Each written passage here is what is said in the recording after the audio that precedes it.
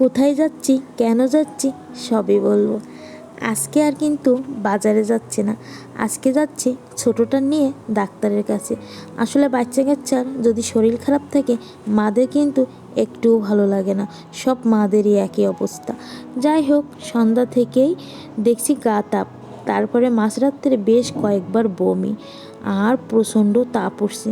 তো পুলিশ হাসপাতাল আমাদের বাসার সামনে, তো ওর বাবা বলল যাও গিয়ে মেয়েটারে ডাক্তার দেখাই নিয়ে আসো। হ্যালো প্রিয়ন, সবাই কেমন আছেন? আশা করছি সবাই ভালো আছেন। তো ঘুম থেকে উঠে তাড়াতাড়ি চলে আসছি পুলিশ হাসপাতালে।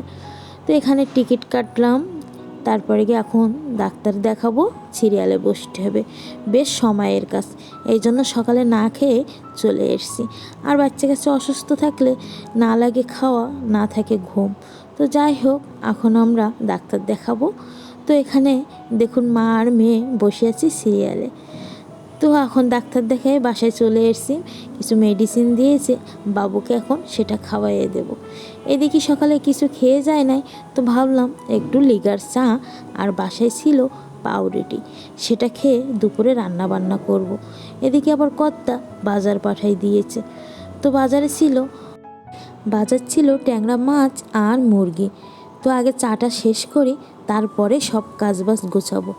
আজকে বেশ তাড়াহুড়ো করে সব কিছু গুছিয়ে নিচ্ছি। ছিল মুরগি আর ট্যাংরা মাছ, সেটা ভালো করে কেটে নিয়েছি, এখন সুন্দর করে ধুয়ে নেব। আসলে ট্যাংরা মাছ ধুতে কিন্তু অনেক সময় লাগে, কারণ মাছটা থাকে অনেক পিছলা। তো দেখুন কত সুন্দর করে ধুয়েছি, একদম সাদা হয়ে গিয়েছে কিন্তু। তো মাছটা বেশ কয়েকবার ধুয়ে ফ্রিজে রেখে দেব। এদিকে রান্নার জন্য আজকে সব মশলা ব্লেন্ডার করব। এখানে পেঁয়াজ, রসুন, কাঁচামরিচ, জিরে একসাথে ব্লেন্ডার করে নিয়েছি।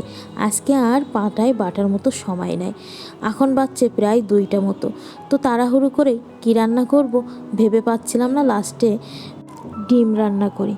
তো ডিমটা কিভাবে রান্না করব তার জন্য আমি মশলাগুলো সব ব্লেন্ডারে বেটে এখানে আমি দিয়ে দিয়েছি। তো ভালো করে মশলাটা কষাই দিয়ে দিয়েছিলাম ঝোল।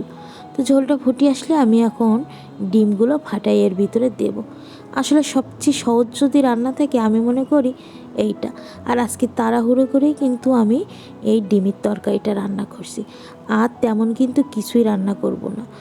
তো এখানে আমি 3টে ডিম দিয়েছিলাম, দিয়ে ডিম রান্নাটা করছি। আর কালকের তরকারি ছিল ফ্রিজে।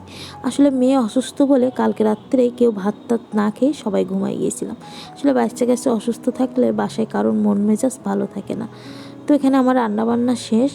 তো এখানে গরম ভাত আর কালকের মাছের তরকারি কলা আনাজ দিয়ে, আর আছে ডিম রান্না করছিলাম সেইটা, আর ছোটোটার জন্য একটু সবজি রান্না করছি।